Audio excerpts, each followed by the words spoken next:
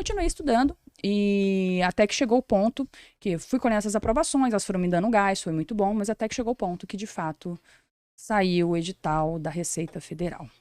E um pouco antes do edital da Receita Federal, eu tive uma grande decepção num concurso muito similar, que era o concurso do Ministério do Desenvolvimento, Indústria e Comércio Exterior, do MDIC. Né? Esse é um concurso também feito pela ESAF.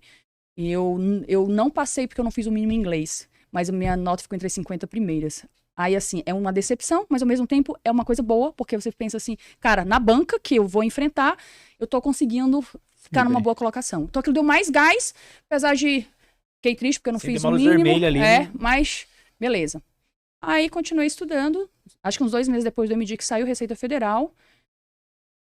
E o dia que saiu o edital da Receita, eu posso viver, sei lá, 100 anos. Eu nunca vou esquecer da sensação de olhar aquele edital.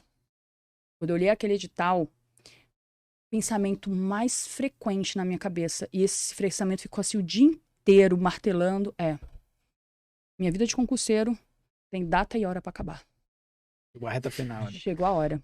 Que assim, eu não admiti a hipótese de não passar naquele concurso. Seria assim... não sei, parece que eu vivi a vida para fazer aquela prova. E aí, na hora que saiu o edital, veio com muitas novidades, tinha muita coisa nova para estudar. O que já estava lá eu já tinha estudado, mas faltava muita coisa nova que entrou, mas não era novo só para mim, era novo para a grande maioria das pessoas. Sim. Ok. E aí comecei a estudar. Aí também tirei férias, aí entrei naquele modus operandi assim de tudo ou nada, né? Só estuda, Esqueceu só estuda. Tudo assim. Até os filhos dessa época ficou assim meio pai que cuide. Foi assim uma coisa que eu fiquei assim alucinada. Estudava. Eu não sei quantas horas eu estudava, porque eu estudava tudo que dava. Assim, eu só fazia as necessidades básicas do ser humano e estudava, né? Óbvio que eu ainda tive que trabalhar algum tempo, mas eu consegui licença... Domingo a domingo. Domingo a domingo. Não tinha. Edital não tem.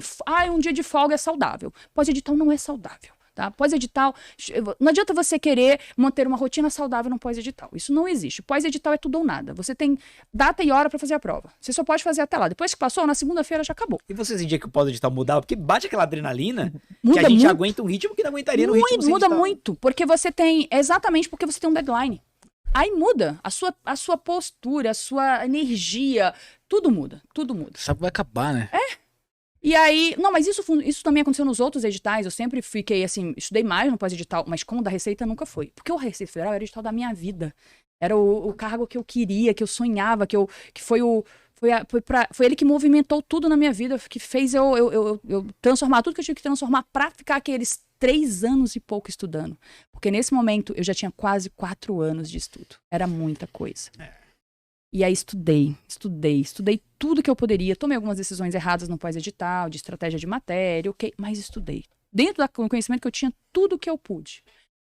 E aí quando chega na última semana, começa a bater o desespero, né? Porque você pensa assim, cara, ainda falta muita coisa, não tô segura nisso, tô segura naquilo. E se não der certo, isso não sei o quê. Aí, na minha cabeça, eu comecei a pensar assim, não, tudo bem. Se não der certo, não tem problema. Que para a fiscal não estudo nunca mais. Eu vou estudar pro TCU. Tipo assim, sabe aquela coisa assim, só pra dar aquele alívio, assim, na sua cabeça, sabe? Pra dar aquele alívio.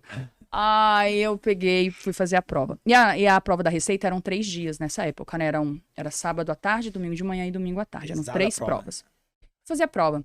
Quem viveu essa experiência do curso 2012, mesmo quem viveu, que não foi aprovado e ouviu falar, vai saber do que eu tô falando. A prova de sábado à tarde foi uma prova tão atípica, nunca antes visto na história desse Brasil,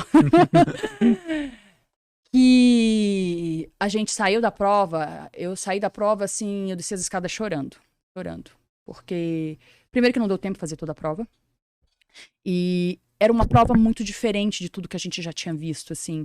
Eu ficava pensando, meu Deus, cadê o material que eu estudei? Cadê as coisas que eu estudei daqui, sabe? E aí eu lembro que quando eu abri a prova, eu comecei a fazer, eu comecei a ver que a prova era muito diferente, assim.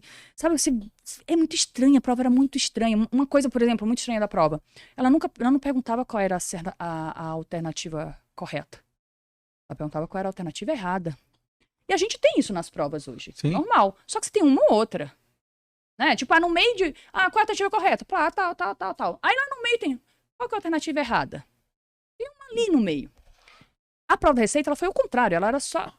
Além de ter outros modelos de questões, tinha esse modelo que era pedindo a alternativa errada. E os concurseiros vão concordar comigo. É muito mais difícil você responder uma prova assim. Porque certificar 4 alternativas é muito difícil. Porque para você falsificar, basta uma vírgula fora do lugar, basta uma coisinha errada, é fácil. Viu um negócio errado? É essa, que beleza. Verdade, Mas certificar 4 alternativas... Além de ser muito mais difícil, muda o tempo que você gasta para fazer a prova.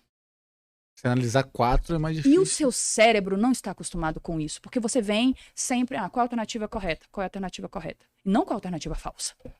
Porque a alternativa falsa tem que certificar 4. Aí a prova estava pesadíssima. Jurisprudência do TCU, que não tinha nada a ver com a Receita, um monte de coisa, sabe? Super difícil. Mas eu lembro que chegou um ponto, assim, eu tinha respondido, sei lá, umas 7 questões da prova. E eu vendo aquilo tudo super diferente e tal. Eu olhava assim para aquela prova e eu pensei assim, meu Deus, assim, e agora? Estudei a vida inteira para isso aqui. E desse jeito assim eu não ia conseguir. E aí eu lembro que eu fechei os olhos ali e sabe que você começa a respirar fundo para voltar a energia, assim, oxigenar o cérebro. E aí eu fiz uma pequena oração ali com Deus, né? E eu sei lá, assim, aquilo ali me deu uma paz, uma coisa, né? E eu falei assim... Tipo assim, é aquela típica expressão assim, já está tudo perdido mesmo. Já tô aqui mesmo. Eu tô aqui, agora tem que fazer o melhor possível. E eu comecei a sorrir, e comecei a fazer aquela prova assim... E a prova foi saindo pesada, muito difícil, mas foi saindo.